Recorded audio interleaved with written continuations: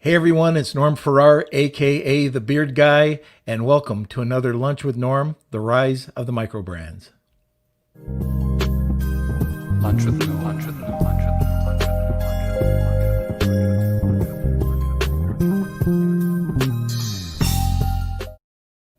All right, we are broadcasting to you live on Facebook, YouTube, and LinkedIn. If you happen to be watching a replay, just skip ahead. And if you're on my profile page, you can always hop over to the official Beard Guy fan page, Norm Farrar, aka The Beard Guy, and watch short clips of the whole episodes, as well as content and other good things. So check it out. Also, I wanted just to mention, a lot of people don't know that I do have another podcast, non-Amazon based. It's solely about really interesting people, their ups, their downs, and everything in between. I have had a few Amazon people on there that you'll recognize, but we've got top entrepreneurs, business people, actors, just people that are making a difference in today's world.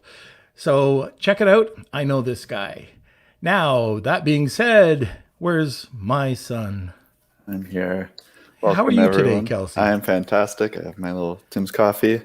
I'm Very good good. to go. Yes. How are you? I'm doing okay. For those that don't know Tim's Coffee, Tim Hortons, a pretty well-known brand here in Canada. That's correct. All right. Okay, what do we have to do? If you're watching right now, hit that like button and maybe even that share button. That would be nice. We are an official podcast, so you can find us on Apple Podcasts, Spotify, anywhere you find your podcast. You can find Lunch with Norm. You can even go to our website right here, lunchwithnorm.com, and you can find our guest bios, all the past episodes, clips, everything. So I gotta say this. Giz, I don't know if that's a first name or whatever it is.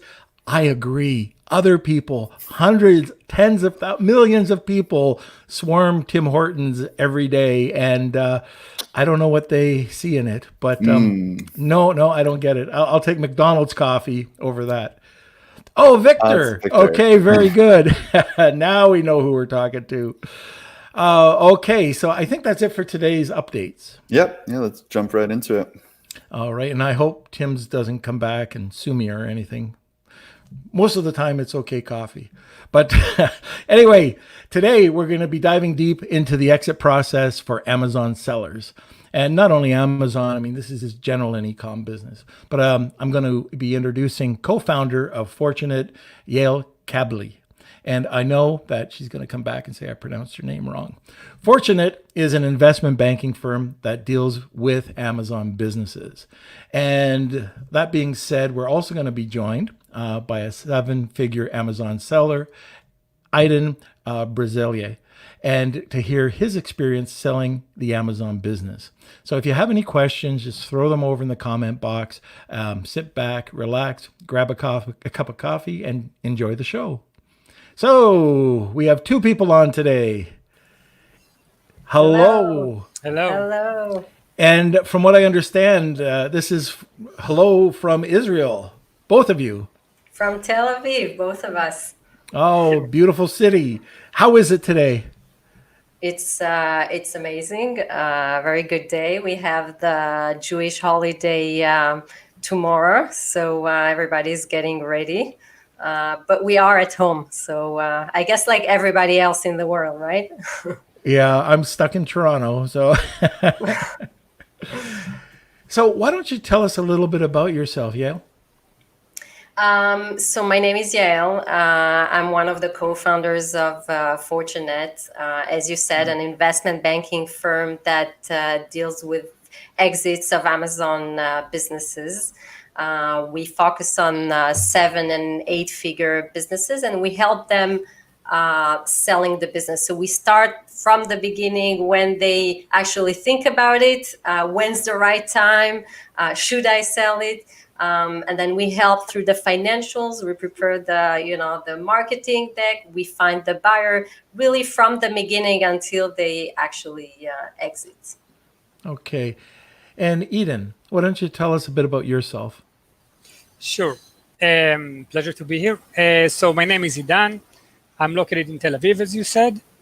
Originally, I'm a mechanical engineer, also MBA graduate. And after a few years in the industry, I decided to go on my own path, and I decided to start selling on Amazon, like many others. I started in 2016, in the end of 2016. It was the first year and a half I was selling on Amazon with a partner, and in the last 2 years I've been selling by myself on Amazon. And I sold my business. I would like to say my first e-commerce business a couple of months ago. I'd like to know, and this is just complete curiosity, and I hope you say the right thing, but I guess if you don't, I'm going to look bad. But how important was your brand when you were building your Amazon business? How important was my brand in what sense? Like to me personally, or yeah, when you were building your business to get it ready to exit, if you knew from the start, and I guess that's what I should ask, did you know from the start that you were going to exit? No, I had no idea. That's why I made a couple of mistakes along the way. Other people can learn from. When I started the business in 2016, first of all, it didn't even cross my mind that selling is a possibility, just because I didn't know anything about the business. But on top of that, I think that, and maybe Yael knows better, I think that selling e-commerce and Amazon businesses specifically was a rare thing. It wasn't very common. It started, I think, to be a bit more common a year ago, in the last year. So I had no idea in the beginning. I'm heading that way. Okay, so what about the brand? So the look, the feel, the perceived value, everything that you did from like when you brought your brand onto Amazon or the micro brand, was it important at the end of the day? Yeah, I think each seller brings its own unique value to his brand, and if you want to build a successful brand, you should try to give as much value as possible. In my case, what I did was, because I came from mechanical engineering, for me it was easier to do like mechanical changes in the product, like improve it. So I changed the products a bit, and I thought about like how can I create a small brand but with a higher value. And I was very meticulous about it in the beginning. I still am, but that was like my perspective from the beginning. And I think it proved itself like a good call in the end, because when you want to sell your business, if your brand has more value than just a generic brand, it's easier to sell, and the value is higher. And that's what I did. I made I stayed in the same niche, which were mechanical, like physical products made out of plastic, toys and gadgets. Changed them, modified them, and branded them with my own brand. Okay.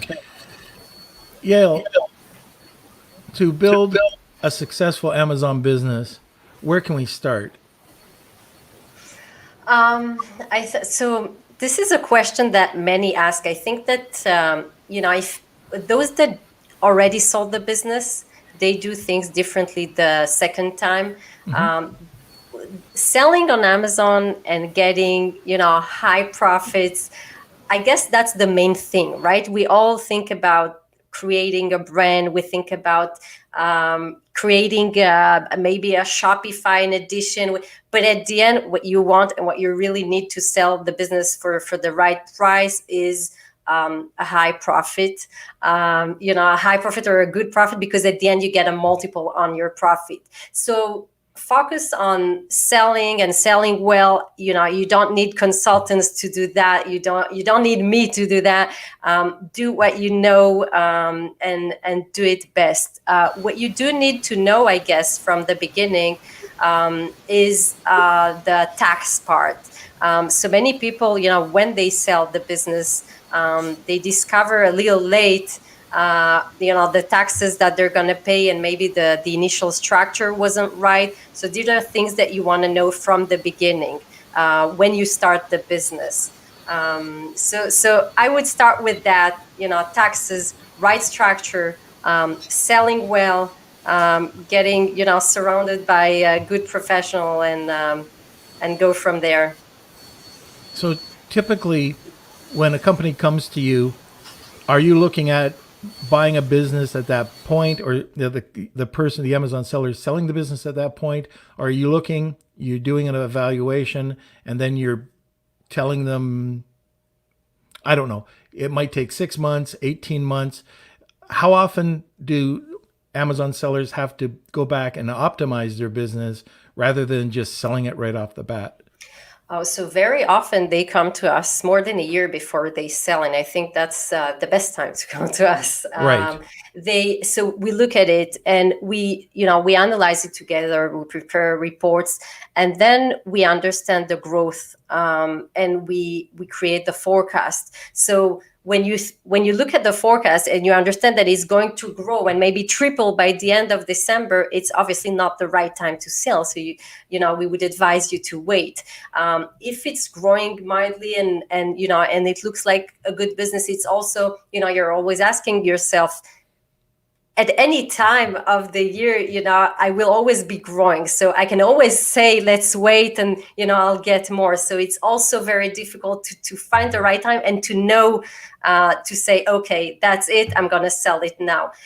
So what we do is really, we start about a year before they want to sell. We look at the forecast. We give, advice on how to get to that goal. That they want to get to, how to prepare the financials and get ready on the legal side, and when we get there, then we start the process. So can you walk us through maybe 3 to 5 areas that you're looking at that are critically important? Yeah. So what we do when we prepare the financials, first of all, you need to know how the business is evaluated. The way it's evaluated is that they take your profit. A profit is the revenue minus all of Amazon's fees. You retract the PPCs and the cost of goods and shipping. That's your profit, and you apply a multiple of 2 to 5. Depending, on many criteria on that business. So when we start the process, we first evaluate it. If you were to sold it right now, what would you get on it? What is its value right now? Okay, and then we take all the criteria that buyers are looking at, and we try to see, if you're going to sell it in a year, then let's see if you can improve it. Knowing the criteria. So, for example, one thing you really need to be ready to is the whole IP part. So here I'm wearing my lawyer hat for a second, but IP is super important. Trademarks must be in order. We had cases where the seller did not have a trademark in China. And it turns out that somebody stole the trademark in China and kind of hijacked it. And then it could be really a legal problem for the buyer. So buyers are looking at that. Buyers are, want to make sure that you're not infringing any patents. So if you're infringing a patent, you should say that, and you should handle that before you start the process. Accounting on the taxes and accounting part. We had a case where, when the seller got an offer at that moment, and it was really hard to get to the multiple he wanted. It took us several months. We got to that offer, and then he said, "Oh, let me check just with my CPA what's left for me after taxes." And he went away for a few weeks, and the offer wasn't relevant anymore. So we now we really, really advise our clients to get ready on that part. Meet with your CPA before, a year before you sell the account. And if you can, then when you actually establish the business, if you establish it for a sale, there are things that can be done, and there are very interesting structures in most of the countries. So these are things that, if you know it in advance, and if you're listening now, even if in 2 years you're going to sell it, it's very good to know where you are, make sure IP is in order, all the legal part and accounting, taxes. Yeah. Very good. Just a quick couple of shout outs. One over to Terry in North Carolina. Hey, we already said hi to Victor, but hi again, Victor. And Simon, I just noticed that you put in a comment. Victor mentioned, and this is where I met you too.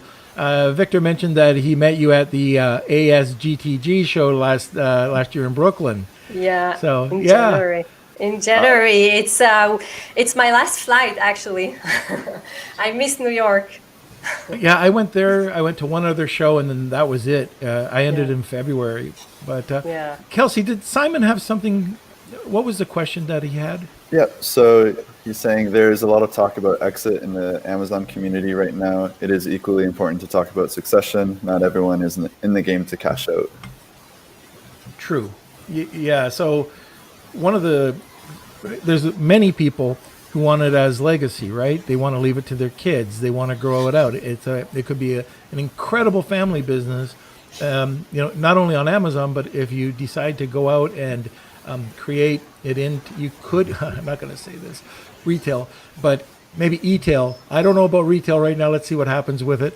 But there's a lot of opportunities to build a legacy account for your family. So you have to make that decision if you're going to sell your business. And typically, I know Idan is a little bit different from a lot of the Amazon sellers that I've talked to, where they go in wanting to sell a business. Typically, I'll go in if I'm starting a business and I'll work exit strategy back because I already know that. And why don't we talk about that, like exit strategy? Idan, when did you start the exit strategy? Because you went in there not knowing that you were going to sell the business, And Yael, did you help with the exit strategy? So, yes. So I thought about it like less than a year ago. I started thinking about it when I heard other people who sold their businesses, and I understood it's a possibility. And I think, by the way, it also happened where one of the seeds that were planted in my brain was from Yael. We met in a conference, and she told me that it's happening and she's doing that. And I was thinking I should probably do it also. And then I discussed it with her, and we both agreed I should probably wait until after Christmas, because I had a very good year last year, and Christmas is always the best period when you are in my categories, in my niche. And I started thinking about it then. And then in the beginning, just after Christmas, in the beginning of January, I started putting up all the finance reports and, actually compile a file, like going ahead with the sale. So it was like a slow process. Any thoughts on exit, when people should start and what they should be looking at to create a proper business exit plan? Yeah. Yeah, I mean, it's at the end, if they should exit, I'm thinking about the previous question of the person on Facebook. I think that it's a big question if to exit, and it's a very legitimate question. And I think that if we look at all our clients and why they're selling, many of them weren't aware of it, just like Idan. One of the main reasons I think that they say they want to sell the business is probably to de-risk, sell what they currently have, get like profits of 3 years, 4 years, one now, and then they build a new business, after they sell that one. So they don't stop selling on Amazon. They usually build it, they sell it, they get the money for 3 years, and then they rebuild the brand. Usually it takes them half the time. Within a year and a half, they already got to the point they were before. So we already, although it's a quite, young business or young industry. We are now seeing people who sold in 2017, 2018, selling again the business very soon. So that's one reason they want to sell it in the first place. And sometimes, we see partners that don't really get along and they need a way out. That's also a very common reason to sell the business. We also see people who just need the money right now for other ventures or for something personal, their family. So that can be another reason. Or people are just frustrated with Amazon. That they can't bear it anymore. They just want out. It's becoming difficult, especially when you have a large business. Our clients with 8 figures, at some point, it becomes a real business. It's not just a person at home with the computer and 2 VAs. An 8-figure business becomes something very serious and more difficult to operate. And sometimes they say, okay, that's the right time for me to get out and maybe rebuild something. Right. I'm curious about accounting. So Amazon accounting is a little bit different than your typical accounting. So do you advise people on getting a bookkeeper or a proper accountant? Do you handle something like that? So we, at the end, it's not that complex. When I look right. when I look at our business, in my business, I'm always frustrated that I never know what the situation is. I only know 2 months later when I get the info from my accountant. With Amazon businesses today, you have seller legend, seller board. You have amazing programs that can tell you at any moment where you stand, where you are, what's your profit. So it's not that difficult on a daily basis. You need the regular, CPA that knows a bit about Amazon, and that's it. Where you really need professionals is planning the taxes, planning ahead, like the structure, as I said, and at the sale. The P&L, the P&L that we prepare for the sale, the CPA doesn't prepare it. We actually prepare it. It's not, you don't need, a crazy CPA for that. You need the reports from Amazon. You need the cost of goods and shipping and, being organized, and we help with that. But no, it's not. I wouldn't be worried about that part. On a daily basis, you should know where you are and just use those programs. They're amazing. And when you sell, your consultant can help you with that. It's not something to be worried about. If I may add something, sure. From a seller perspective, because I didn't think about it in the beginning, as I mentioned, I made many of the potential mistakes. One of the things that would have made it much easier for me to understand at any given moment what is the potential of the business, and also when selling, like to understand the finance is the separation of the Amazon business, the e-commerce business, from any other stream of revenues or any other business. What I did, I had my own company where I am in Israel. And when I started selling online, I just, added this revenue stream into my existing company.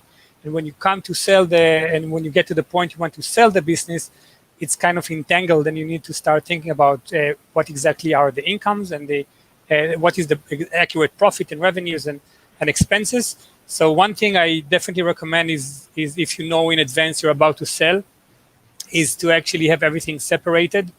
And the second thing is taxation. As Yael mentioned, again, I made this mistake also. If you know in advance you're going to sell, consult with your local accountant on what is the best way to create the best legal entity that will help with the taxation at the time of the sale. I didn't do both of these things, unfortunately. Especially if you're international. I made a huge mistake years ago, and it was something as simple as a stock swap. So in the States, it's a wash. In Canada, they tax you.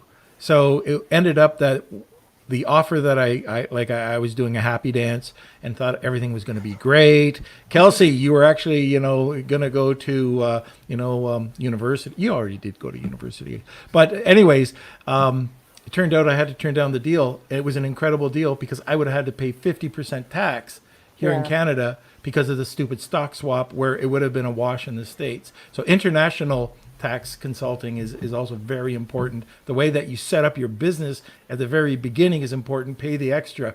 Go to Yale to make sure that it gets set up properly.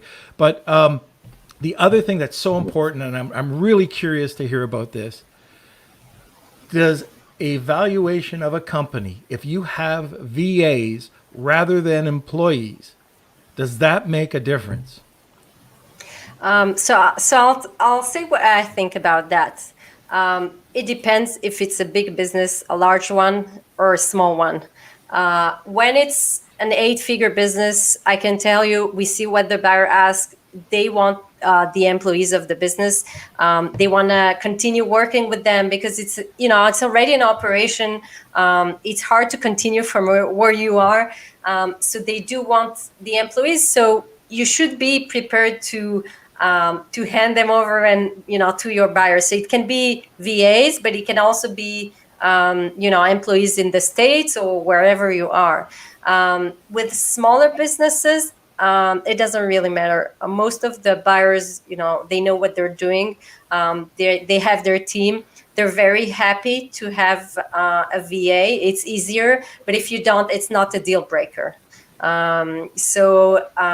If it's a large business and you don't and you really want to keep your employees, then start training employees for the buyer. That's what I would say. Right. Okay. So let's talk about the journey. Before we jump in, we have a couple questions. Sure. So one's from Victor. Yael, can you opine on length of time operating the Amazon business account versus average multiple? All other things being equal, what is optimum 3 years? So it's a good question. Buyers don't like a new business because you don't see the history, and there's not enough history to see where it's going, and to make sure it's stable. So they usually want 3 years is great. 3 years is actually very often that's the time where people start selling their business because in the first year they haven't gotten to where they are. But there are exceptions.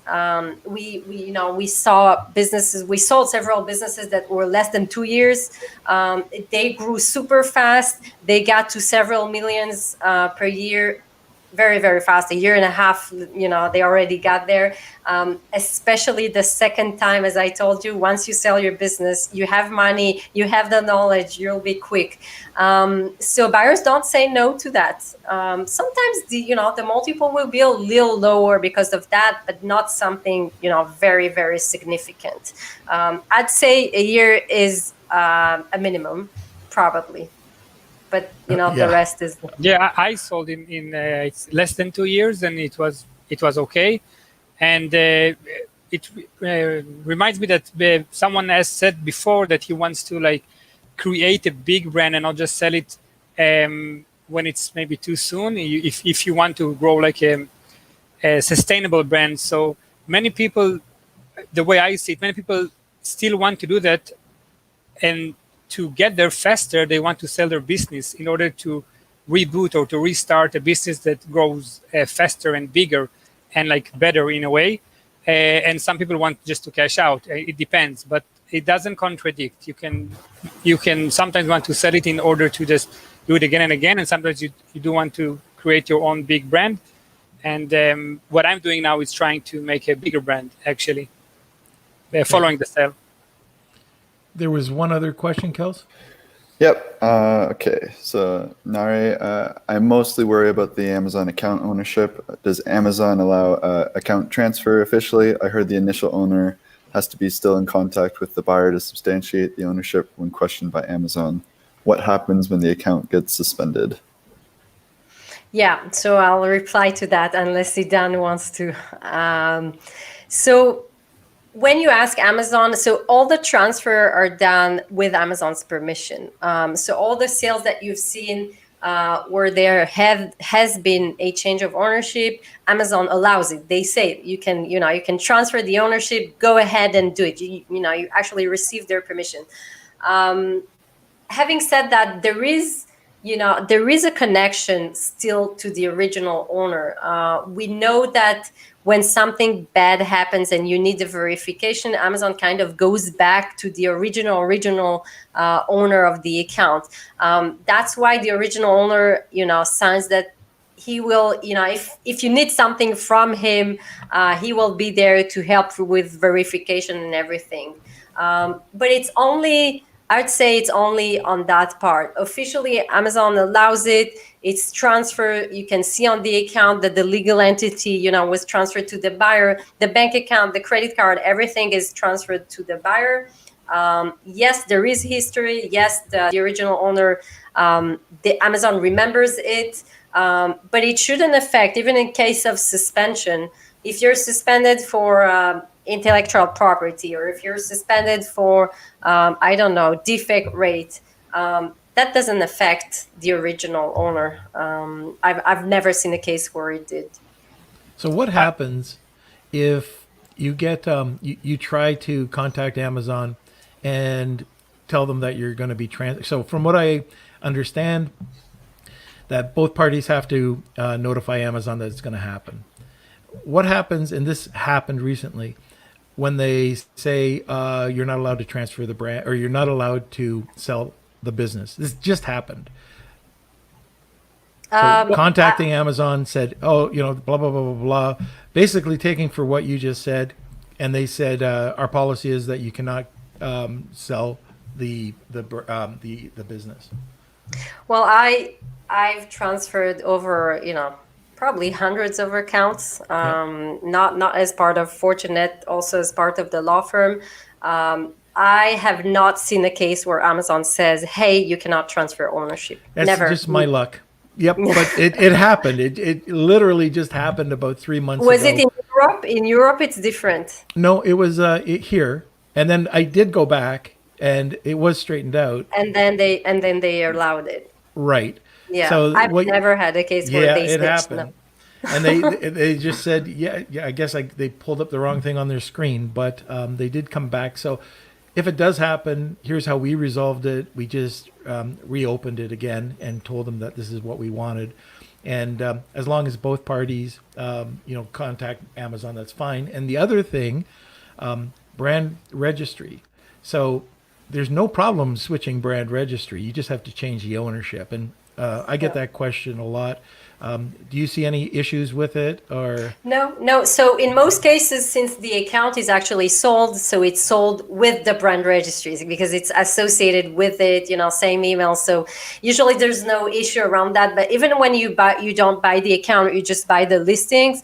We just transfer the brand registry. What you do is you ask to add, the administrator adds another administrator and another brand owner, and then you remove the original one from the brand registry. So very easy process, takes a second. Transferring the account is also a pretty easy process in the US.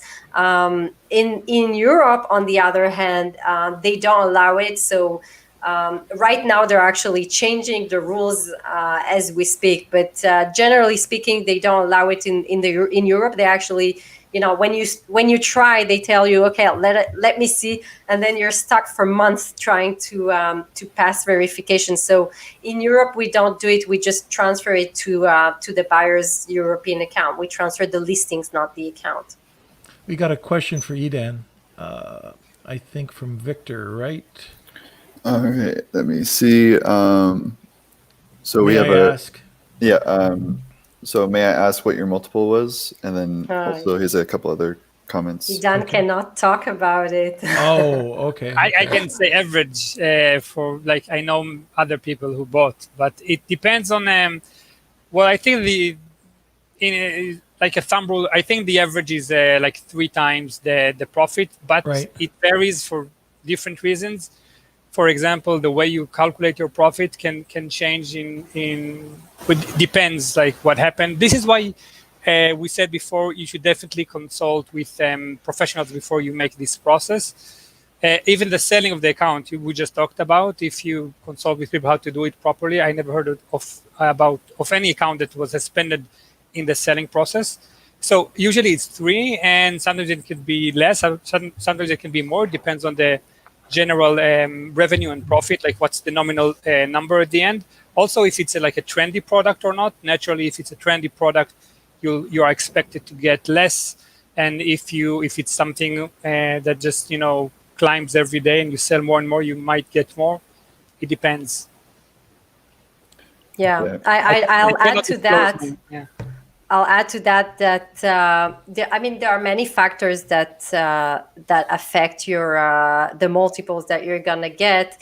One of them, going back to what I said earlier, having patents and copyrights on your product means that you're unique and you can actually enforce it and prevent others from using it. That's an advantage, and it's something that takes the multiple up. So if you actually invented something and your product is unique, then speak with your IP lawyer and try to do it before the sale and maximize the value of this account. Kels, a couple more questions. Yep, from Victor again. What is the best practice for grooming multiple businesses' accounts for eventual sale on a laddered basis? So if they sell account A in 12 months, B in 18 months, C in 24 months, etc. And the follow-up, of course, they have to be kept separate entities, but are there other important considerations? I'm not sure I understood the question.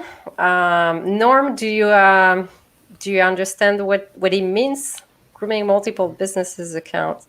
So, you can just, talking about selling on multiple accounts. By the way, Amazon allows it.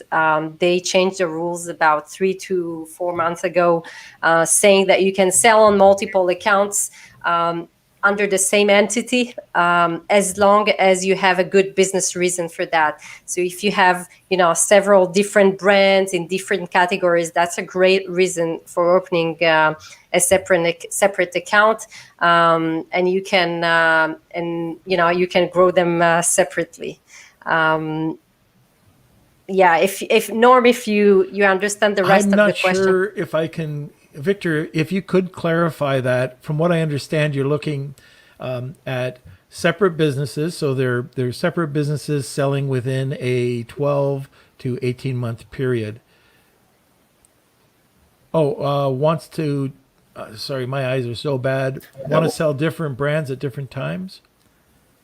So I don't think there's a specific strategy for doing that. If you have a few businesses, you can decide to sell them maybe 2 in the same time or in separate times. I think that's what the question is about. I don't think there's like a specific strategy on how to sell many accounts, like time between one sale and another.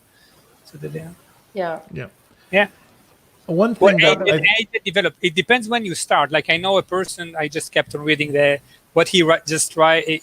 I think what he wants to know or she wants to know, like if you have multiple accounts, what is the minimum time? So as we said before, you can do it in less than 2 years, a year, maybe even 3 years. I know someone that started few accounts at the same time, and then whenever he wants, they're all aged, I guess, like at least a year or 2, and then whenever you want to cash out a certain account, just go ahead and set it. An interesting strategy, by the way, that we see often lately is when people know they want to sell the business in like a year, they start preparing their next one. So, they open a separate account under a different entity. They start getting organized there. They start selling so that when they sell the business, they'll have the next one. Sometimes it depends how you operate the other one and how much time you need for the other one. I think that one of the most important things when you want to exit and you want to sell the business is to remember to to keep an eye on your account and manage it as if you're not selling the business. We had cases that were pretty sad. Sellers who wanted to sell the business, they started the process, and during the process they say, okay, I'm selling it. I mean, I'm not going to get more inventory. I'm not going to do this and do that. I had plans, but I'm selling it. So let's stop the plans. I'm not going to launch new products. And what happened is that the account started declining. Buyers do not like declining accounts, or they like them and they give them very low multiples. So he eventually waited, and he waited more than a year to resell it. Then he resold it, and it was great. But I'm saying, I mean, the best thing is to remember to manage the account as if you're not selling. Do whatever you were supposed to do, because anyway, the buyer will pay for your inventory. If you launch new product, you get the profit and you get a multiple on that profit. And if the buyer sees that 5 products have just been launched, then it takes your multiple higher. The account has a higher value because we can claim, hey, there's a profit that I'm not going to get. Or we can have a transaction that takes that into consideration. So we're going to do like an earn-out or something to make sure that you get those profits. So just remember this. It's a very, very important fact that you need to remember when you plan the sale. You brought a good point up when you said the sales started to decline. And one of the things that I can talk about past experience is that you really do have to take a look at your niche, your competitors, do a competitive analysis, and check where they're coming. Are there a lot more coming in?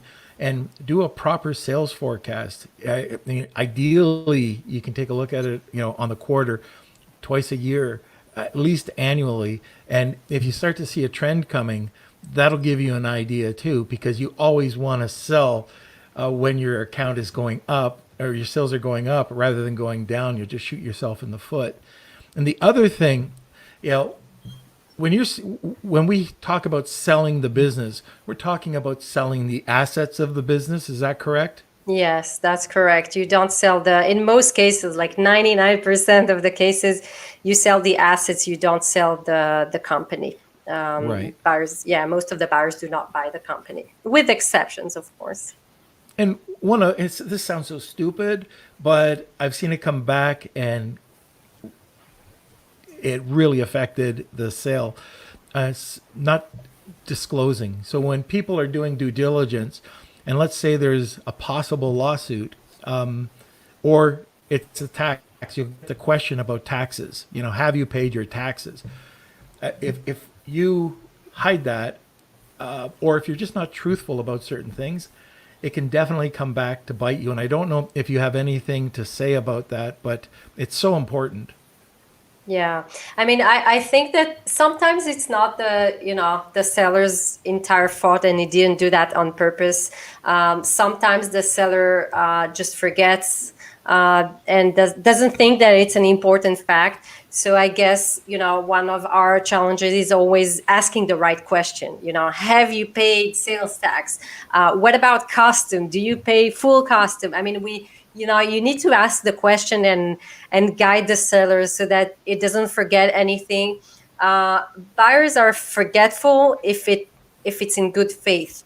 If you're hiding a serious patent issue that you're obviously aware of, and you talk about it only at a very, very late stage in the due diligence when they actually asked you or checked, that's a problem. So right from the beginning, you need to think of all the things that buyer want to know, and remember that the things, I mean, they will find out. They look at everything. Don't hide expenses on rebates, for example. The buyer will find out.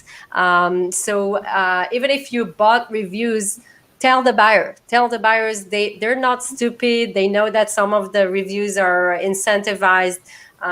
Tell them in advance, because they'll know anyway. Right. Okay, we have another question there, Kels. Yes, and this is just a 10-minute warning Okay. of the show.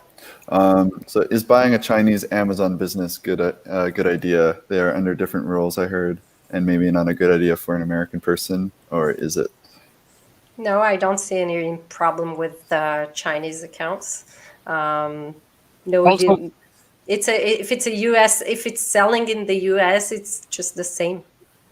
Also, there's sometimes there are differences if the ownership is the legal entity is from one country or another. But the moment you purchase the Chinese account, you switch the legal entity to a US one, and then all the rules apply to you as an American citizen. So I don't think it matters a lot. Actually, with pesticides and all those restrictions referring to being American, they actually want you to establish the account in the first place in the name of a US account. So some things don't apply, but I don't see any difference between a Chinese account or a French account or an account of a German seller. As long as they're selling in the US, it's a good account, no serious black hats. Selling well on Amazon. No, they buy the assets. Again, they don't buy the company. Okay, Idan. Mistakes. If you had to do things all over again, what would you do differently? Wow, I can think of a handful of things. There's several things actually. Okay, so first of all, the complete separation we mentioned before. Different company.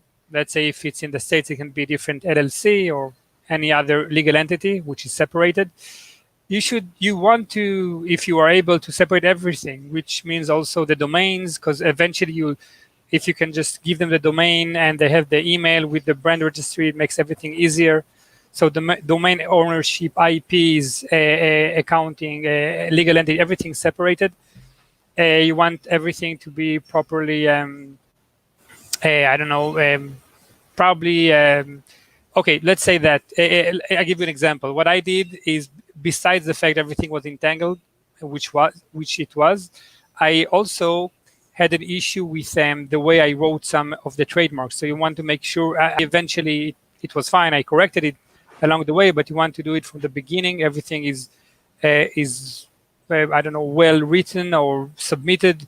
You want everything to be transparent, as Yael mentioned before. Never hide anything on purpose, and try not to hide anything not on purpose. Try to know everything. Also, taxation, as I said, consult in the beginning. If you want to if your strategy is an exit strategy, understand it can take probably a couple of years, and also try to aim for profit, because if you want to build a brand, so you'll probably want to aim for revenues, and you'll always, I say it's like sitting at a poker table, and you always like all in, and you never have like profits because you want to invest more and more if you want to grow the business a lot. But if you want to have like an exit strategy, maybe try to aim more for profits. And as for revenues, what else I didn't do right? I'm thinking of my own experience. I'll say consult many people, because I didn't, and it probably would have helped. And make sure the account is completely healthy, like 100%, no notifications, no legal claims, no nothing. If anything is open with Amazon, then sort it in advance. And also understand that the time period it takes to sell the account, you need to take it into account as well. It usually a couple of months. So if you want to sell an account, understand it's a process. And even at the moment you find a buyer, then there's a process. There's a sell process. So you want to be ready to have like a proper account that will sustain and will keep on growing for many months, starting the moment you want to start the sale process. Okay. I think that's pretty much it. So if I could, like, there's a couple of things that I look at that just, they don't actually build the multiples, but it's more attractive. Like, one would be a proper business plan. The other one would be building out SOPs, so you could do a turnkey operation when somebody's looking. Just makes life easier. It doesn't really do anything for, I don't think, to the multiples. But are there any other things that people can do to make the purchase more appealing? And any value you can add to your products or to your account. It can be different. You can differentiate your products, which is extremely important, I think. You can have like expertise of on a specific niche. You can, as you said, have many SOPs or even VAs that you can sell as a package. One, like the buyer who bought my business, took two of the VAs in the deal. If you have unique design patents or even patents, any of these things will help you get an extra value. If you're launching products, if you're in a niche that is like trending, but in the beginning of the trend, and yeah, Okay. all the additional values you can add, you should probably want to do it, regardless if you're going to sell or not. By the way, that's the way I see it. Okay, so we know that Yael's got a hard stop coming up. So why don't we do this? If there's any other questions, just post them and we'll get back to you shortly. But how would you look? Is there anything else that you would like to talk about? Let's put this as the last question for Yael and Idan.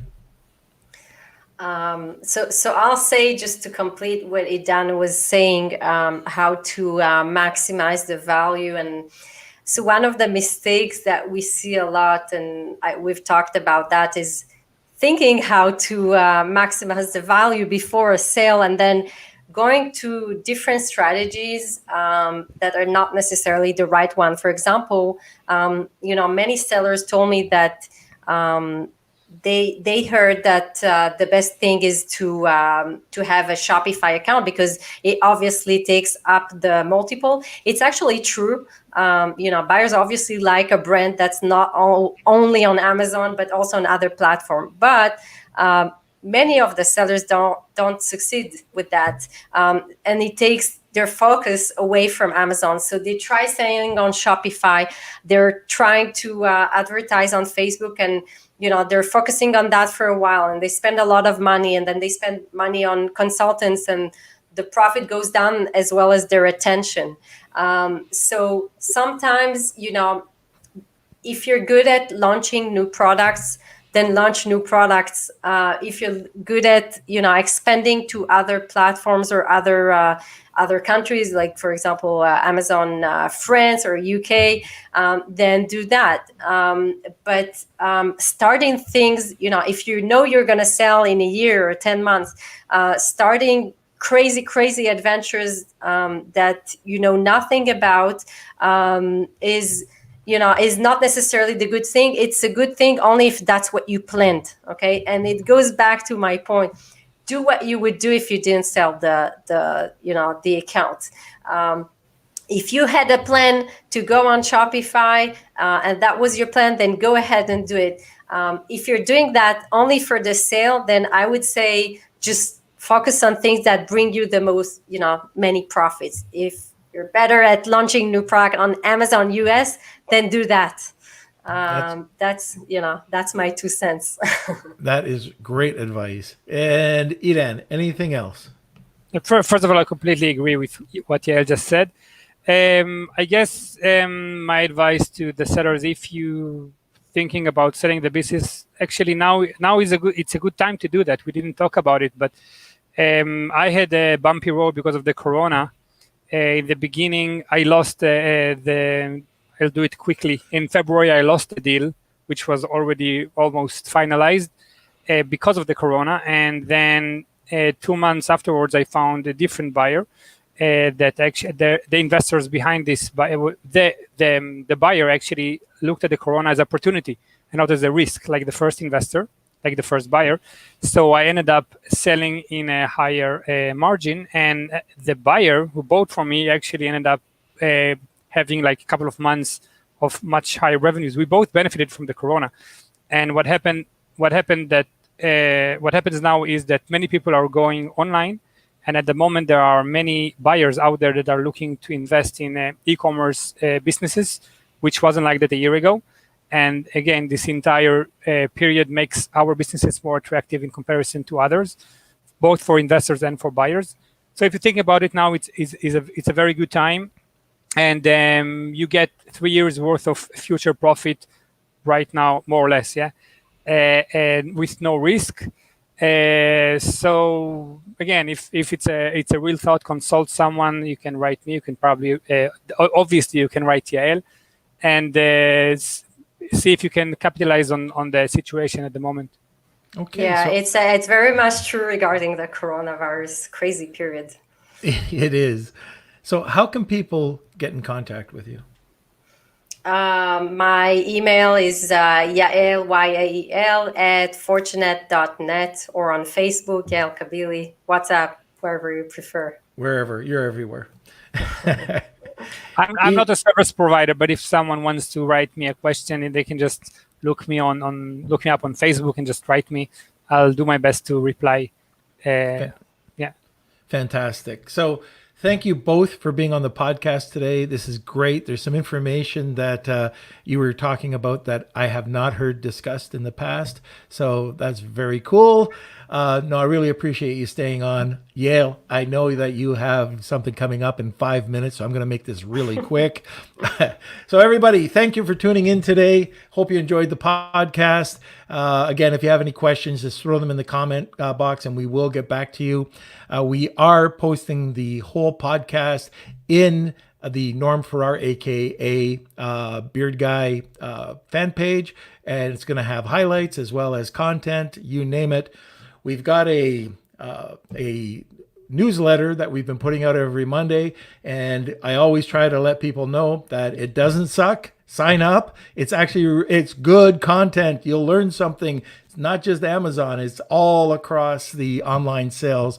So check it out and let us know, because we are trying to deliver not only content here, but right across different platforms. So Kelsey, jump in. Where are you? All right, I'm here. Thank you everyone for watching. And if you haven't yet, please like and share this video. And it looks like Victor is saying good stuff. Awesome. Yep. Simon. Yeah. Oh, Simon. Yep. Yeah. Great discussion. Loads of great advice here. Thanks. Perfect. So follow us on social media. We have Facebook, YouTube, Instagram. We're across the board. We have a website up here, lunchwithnorm.com, and subscribe to us as a podcast and leave a review. That would be appreciated. And tomorrow we're going off schedule. Thursday, Nathan Hirsch is going to be here, and we're going to be talking about VAs and just a very broad overview of what's happening. Nathan is incredible. If you've ever heard him talk, he talks on a podcast every day. If you ever heard him talk, the systems that he has in place to find incredible high quality VAs, don't miss out. So check us out tomorrow, same time. And we're always on Monday, Wednesdays, and Fridays at noon Eastern Standard Time. So thank you so much for tuning in, and we'll see you tomorrow. Lunch with Norm.